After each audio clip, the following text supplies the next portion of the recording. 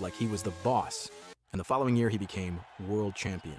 Dramatically, in the final meters in Brazil, it was one of the most cinematic finales in the history of the sport, and Lewis became the first black world champion in Formula One history. He was already a star. Contracts were huge, salaries were growing, McLaren was making him the face of the team. His first big salaries were measured in millions. But with fame comes pressure. You're no longer just a driver, you're a symbol.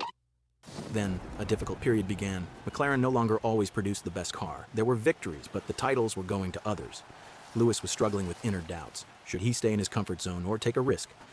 And then he took a step that many considered a mistake. In 2013, he left for Mercedes. Mercedes wasn't a monster back then. It was a risk. Many said, why bother? You're wasting your chances. But Lewis saw the future, and the future is coming. The hybrid era begins, and Mercedes becomes a dominant force, and Hamilton becomes the symbol of this era. He wins title after title, rewrites records, becomes a 7-time world champion, and is compared to Schumacher. He becomes the record holder for most wins in Formula One history. He becomes the record holder for pole positions. His name becomes a statistic that looks like a cheat code. But here comes a major twist. Because Lewis's main enemy at Mercedes wasn't Red Bull or Ferrari at first, but the man from the next garage, Nico Rosberg. And the most cinematic thing is that they've known each other since childhood, back in karting. Back then it was a friendship. Two boys dreaming of Formula One. But when Mercedes began to dominate, the friendship ended. The team became an arena, 2 champions in 1 dream car, and only 1 title. Lewis was pure speed and instinct. Rosberg was cold discipline and calculation. And in 2016, Rosberg did the impossible. He won the championship, beating Hamilton in the most intense internal battle of the era. And then came the shock. He immediately retired, because that battle cost him everything. He beat Lewis once.